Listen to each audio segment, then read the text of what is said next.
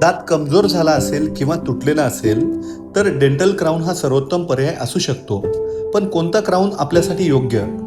आज आपण हे वेगवेगळे पर्याय आणि त्यांच्यातील फरक समजून घेणार आहोत. झिरकोनिया क्राऊन्स हे झिरकोनियम डायऑक्साईड नावाच्या मटेरियलपासून बनवलेले असते.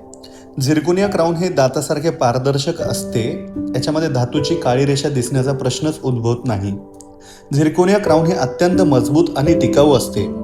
याच्यामध्ये कुठल्याही प्रकारचा धातू नसल्यामुळे ॲलर्जीची शक्यता नसते आणि शरीरासाठी सुरक्षित असते. दुसरे असतात PFM क्राऊन्स म्हणजेच पोर्सिलिन फ्यूज मेटल. PFM क्राऊन्समध्ये धातूच्या कव्हरवर पोर्सिलिनचा थर चढवलेला असतो.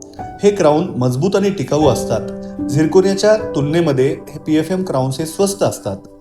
ह्या दाताचा तोटा असा आहे की क्राऊन्सच्या कडेला धातूची काळ्या रंगाची रेषा दिसू शकते, जी समोरच्या दातांसाठी चांगली दिसत नाही. आणि शेवटचा पर्याय आहे मेटल क्राऊन्स. हे स्टेनलेस स्टील धातूपासून बनवलेले असतात.